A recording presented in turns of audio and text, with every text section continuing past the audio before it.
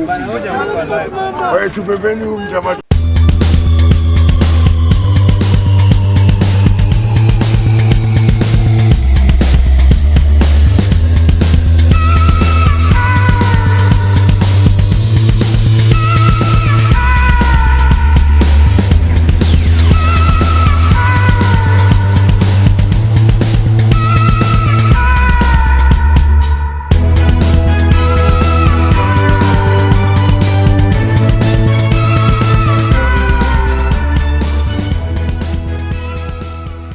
Welcome back to Havana Media. My name is Boniface Awino, and as usual, I'm going to be your host for today. I've been listening to President William Ruto briefing, and maybe I thought that he will talk about the issue, or he will talk about the things that have been happening in the country since last week, and especially what has happened today. And maybe I thought that the president will call the police down, or maybe will warn police officers for what they've done, causing killing people, shooting people with live bullets to death, and maybe what has really happened, because a lot of people have been injured. And what is funny, or what shocked me, was that even the doctors, the medics that decided to offer free medical to maybe for the injured people during the demonstration were taken to Central Police Station, something that really shocked me. And as I was watching it, I realized that I saw the policemen even throwing tear gas to the Kenya Red Cross Authority. So I think we've been in a very confused government. We are in a very confused environment and a very confused government. And maybe I thought that President William Ruto will talk about all this. Funny enough, President William Ruto was calling the people that were demonstrating, is calling the Gen Zs criminals. So I just want us to be open. It's not like I'm really attacking anybody, but I just want us to be open here. So between the government, those who are imposing high taxation on these on the normal Kenyans, on the Kenyans, and the Kenyans, who are the criminals? Because these people, the Gen Zs, the demonstrators were trying to defend, were trying to say that they cannot accept the financial bill. Okay, the MPs were voted, yes, we accept. But after the MPs voted, what was next? Could these people not listen to the cry of the normal citizens? Or why would they decide to impose high taxation to the people who did not want it? And then at the end of the day, you hear the president himself calling the Kenyans, calling the same people who are demonstrating peacefully criminals. And is even praising the police officers for what they've done, for killing people, something like for injuring people, for throwing tear gas, for using live bullets on people. And I'm very happy sincerely speaking, I'm very happy with what has happened. At least the message is home. The parliament was attacked. I'm very happy with that. And then it was banned. I'm very happy with that. The Senate was also attacked. At least the message has been sent home. It's something that Charlene Ruto wrote. And I think Charlene Ruto should just keep quiet. Let her just keep quiet. There's nothing that she can say. There's nothing she can say that can convince people otherwise. Telling us that maybe you've watched your father, the president, the so-called the president, fighting for Kenyans for the past 30 years, it's nonsense. Because it does not help us. At this moment, it does not help us. I want to read for you what Charlene Ruto wrote, and then I'll play you an audio of what the President of the Republic of Kenya have just said something like 1 hour ago. This is what Charlene Ruto was saying. I understand. I stand at a very unique position regarding the issues facing my country, Kenya, as we speak. As a president's daughter, I have no doubt in my mind, watching my father rise in politics for over 30 years, seeing his work and the passion behind the scene, that that he truthfully holds the best interest of Kenyans at heart. As a youth champion, I hear the cry of this generation and give my kudos that we not only care about current affairs, but have a stand and are willing to raise our concerns. This is a game changer. Let's do it consistently in an informed manner with respect and honor. That is how we will be heard. May we dwell in unity, peace, and liberty. First of all, I want to ask a question. Who told Charlene that she is the youth champion? You know, these things, being that you are the president's daughter doesn't mean that you hold a position maybe of leading the youths. It doesn't make sense. We didn't tell you that we needed someone who can lead us. The youth doesn't need. In fact, if the youth themselves refuse the party that was being formed, that is the Gen Z's party, the Gen Z Democrat, they refuse that party. So who tells you, or what makes you feel that these people will accept you to be their leader? First of all, they can't accept you because your father is the one that is forcing them to do these things. So that is number one. Number two, Charlene Ruto is talking about this thing being a game changer, and it should be done consistently and in which informed manner. Because, okay, what I know is that people spoke to William Ruto. People spoke, the Gen Zs, the demonstrators spoke quietly. And in fact, they were saying that they come in peace. They were saying that they were singing this song that we are peaceful, but no one heard them. No one even understood that word. They said it to quite a number of times that we are peaceful. No one even understood them. So now when they decide now to do what the government will understand the best, or what president himself will understand, now they are being called criminals. And here the president's daughter is coming out to tell us that these things should be done in an informed manner. So which informed manner is Charlene Ruto telling us? That is number two. The third question is that Charlene Ruto is telling us that she saw the father rising, doing a lot of things behind the scene for 30 years. William Ruto has been doing all these things in order to find a way out, to find a way of maybe mistreating Kenyans. He wants to recover. He wants to do things that Moi was doing. He wants to, and Uhuru Muigai Kenyatta warned people, but people could not listen. I wish people would listen to what Uhuru Muigai Kenyatta said.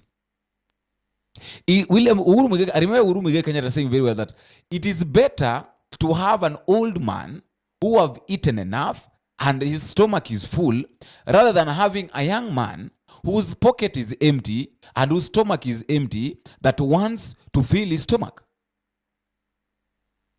This is how he said it in Swahili. Ni heri kuwa na mzee ambaye amekula akashiba, badala kuwa na kijana ambaye hajashiba bado anatamani kula chakula mingi ili ashibe, ndiposa baadaye akaja kagawia watu. Hivyo ndivyo Uhuru Muigai Kenyatta alizungumza. Lakini sisi kama wanadamu, sisi kama Wakenya hatukusikiza hivyo. Tuliona kama haya mambo ya kawaida tu. Huyu jamaa ni kama anataka tu tumchague Raila Odinga. Hivyo ndio watu walikuwa wanaona kwamba huyu jamaa ni kama anataka tu tumchague Raila Odinga. Hatutaki maendeleo, shaona. So right now things have come now to open, and the things that were being said by the former president are now being witnessed. I want us to listen to the way William Samoei Ruto has been speaking. He was speaking. He has been briefing people, and listening to this, you personally listening to this will tell you where we are and will show you the kind of president that we have. It will exactly show you that we don't have a president who cares about the lives of his people, the people that employed him, the people that voted for him, but he's a president who only cares about himself. Let us listen to William Samoei Ruto. Rule of law and the integrity of its constitutional institutions. An otherwise legitimate expression of the fundamental rights and freedoms of assembly, demonstration, picketing, and petitioning of public authorities by a section of law-abiding citizens of the Republic of Kenya was infiltrated and hijacked by a group of organized criminals.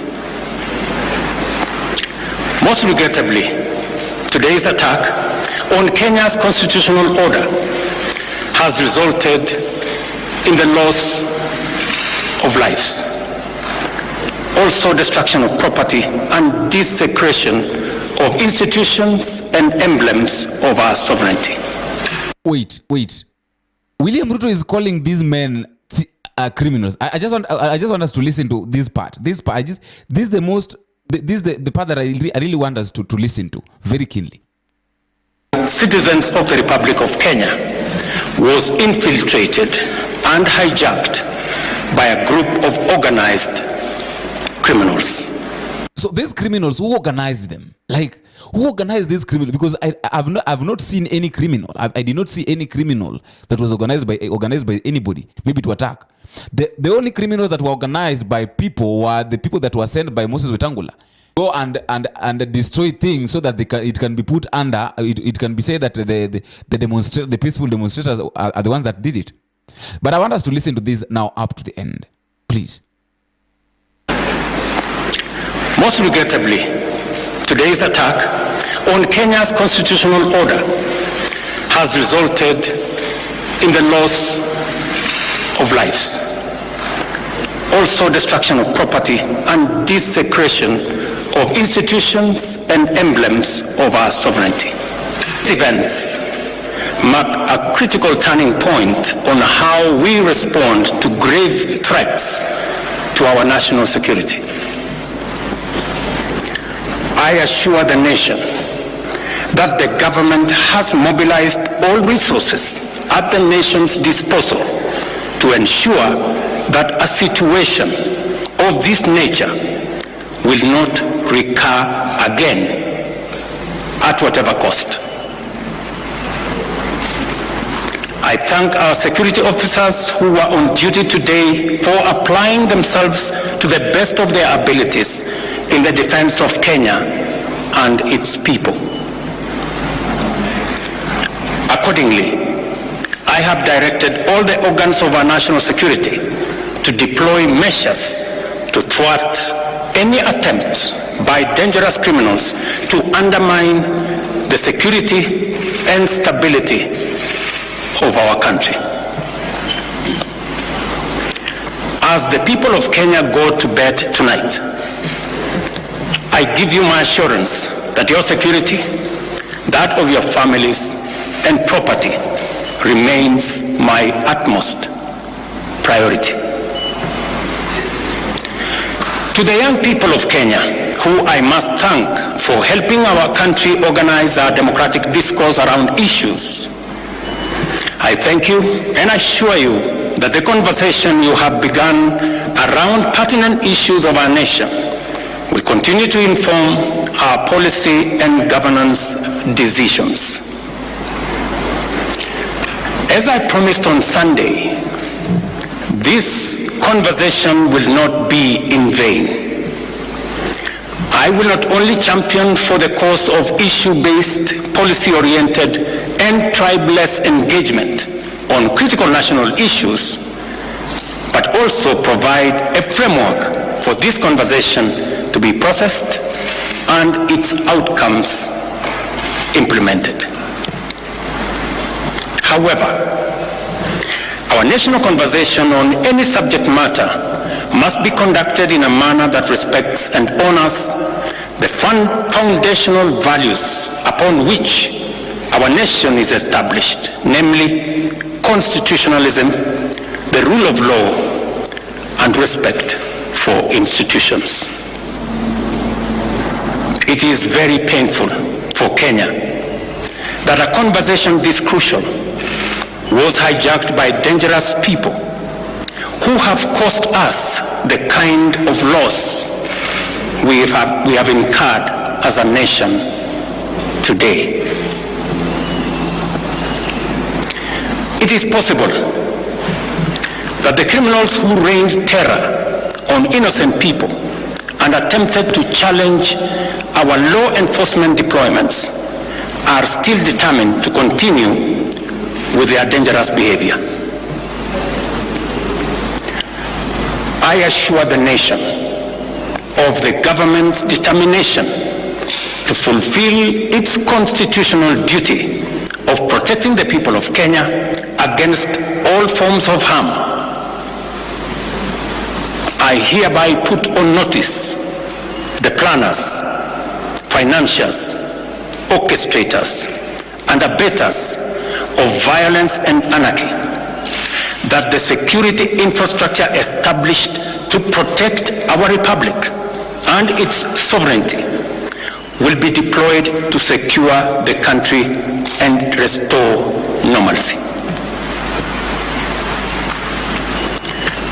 It is not in order or even conceivable that criminals pretending to be peaceful protesters can rain terror against the people, their elected representatives, and the institutions established under our Constitution, and expect to go scot-free.